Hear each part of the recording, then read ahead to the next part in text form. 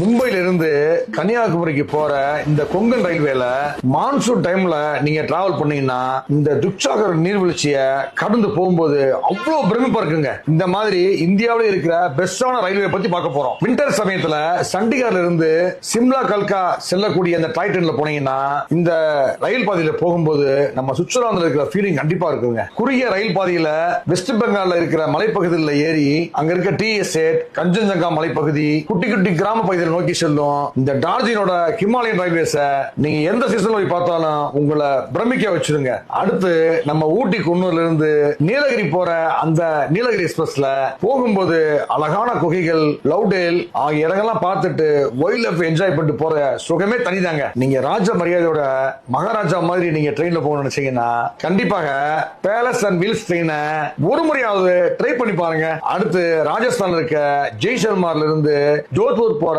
இந்த எக்ஸ்பிரஸ் ட்ரெயின்ல போய் பாருங்க. பாலைவனங்களுக்கு கூட இந்த ரயில் பாதை அமைச்சிருக்குங்க. உங்களுக்கு ஒரு தனி அனுபவம் கிடைக்குங்க. இப்ப நான் சொன்ன அந்த ரயில்கள்ல நீங்க எதெல்லாம் டிராவல் பண்ணிக்கன்னு கமெண்ட் பண்ணுங்க.